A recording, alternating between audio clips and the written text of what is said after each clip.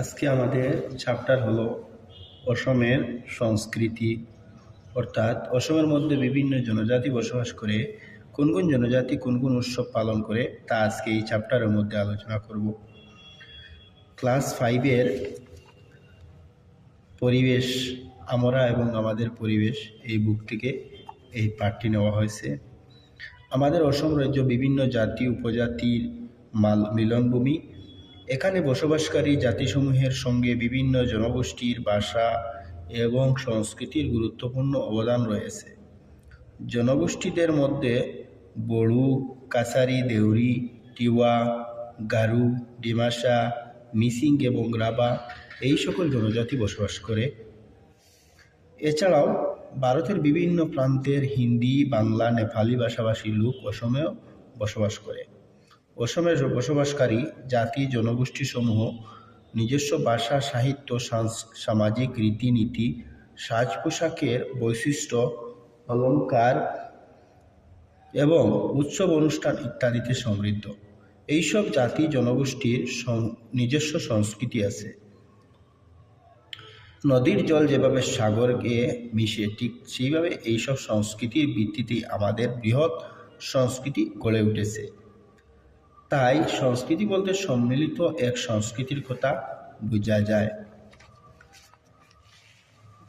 অসমে বসবাসকারী সব জাতি জনগোষ্ঠীর ভাষা, সাহিত্য, সঙ্গীত, নৃত্য, আচার ব্যবহার, সাজ পোশাক, অলঙ্কার, বিবাহের পদ্ধতির সঙ্গে ধর্মীয় ধ্যান ধারণার সম্বন্ধ সাধিত হয়ে আমাদের সংস্কৃতি গড়ে উঠেছে। অসমীয়া সংস্কৃতিতে মহাপুরুষ শ্রীমন্ত শঙ্করদেবের অবদান উল্লেখযোগ্য। অর্থাৎ অসমের সংস্কৃতিতে শ্রীমন্ত শঙ্করদেবের অবদান অনেক উল্লেখযোগ্য আছে। এই মহাপুরুষের আবির্ভাবের পরই অসমীয়া জাতির গঠন প্রক্রিয়া অধিক সংহত এবং গতিশীল হয়ে উঠেছে। এই মহাপুরুষের অবদানের ফলেই অসমীয়া সমাজে এক শক্তিশালী অসমীয়া সংস্কৃতি গড়ে উঠেছে। মহাপুরুষ শ্রীমন্ত শঙ্করদেবের ব্যতীত অসমীয়া সংস্কৃতির কথা ভাবা যায় না। তিনি একদিকে যেভাবে গীত, পদ, নাটক ইত্যাদি সৃষ্টি করেছেন, তেমনি অন্যদিকে নিজস্ব উদ্ভাবনী দক্ষতার সাহায্যে কুল, তাল, করতাল ইত্যাদি সৃষ্টি করে অসমীয়া সংস্কৃতিকে এক স্বকীয় রূপে প্রতিষ্ঠিত করেছেন। শঙ্করদেবের সৃষ্ট নামঘর এবং সত্র অসমীয়া কৃষ্টির স্তম্ভ স্বরূপ। তার প্রবর্তিত সত্রিয়া নৃত্য অসমের সমগ্র ভারতে সম্মান লাভ করেছে। অসমের ক্লাসিক্যাল ডান্স হলো সত্রিয়া নৃত্য। অসমের স্থানীয় ভাষা হলো অসমিয়া। এছাড়াও অসমে বিভিন্ন জনগোষ্ঠীর ভাষা, তদুপরি হিন্দি, বাংলা, নেপালি ভাষাও প্রচলিত।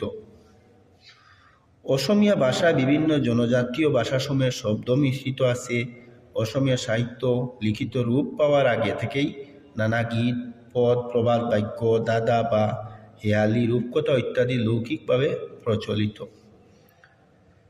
কোনো একটি জাতির সাজ পোশাক সেই জাতির সংস্কৃতির পরিচয় বহন করে।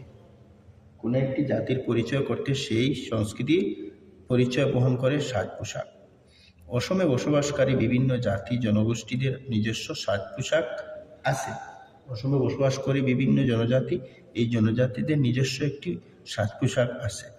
সাধারণত অসমের মহিলারা রিহা, মেখলা, চাদর ইত্যাদি পরিধান করেন।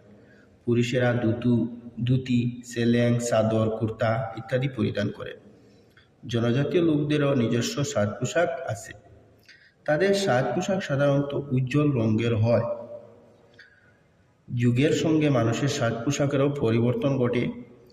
তাই আজকাল পুরুষদের লং প্যান্ট, শার্ট, পায়জামা, মহিলাদের শাড়ি, চুড়িদার ইত্যাদিও পরিধান করতে দেখা যায়। এই টেবিলের মধ্যে দেওয়া আছে যে জনজাতিদের নাম এবং তাদের সাজ পোশাক। বড়ুরা কী কী সাজ পোশাক পরিধান করে? বড়ু মহিলারা সাজ পোশাক পরিধান করে দখনা, ফালি। পুরুষেরা গামছা আর নাই। মিসিং জনজাতিরা এগে গাছর, বিড়ি, গাছেং, গের মহিলারা পোশাক পরিধান করে এবং পুরুষেরা পরিধান করে মিবু, গোলাপ, গামছা। তিওয়া জনজাতিরা চস্কাই, ফাস্কাই মহিলারা পরিধান করেন এবং পুরুষেরা টাংলা, ফাগা পরিধান করেন।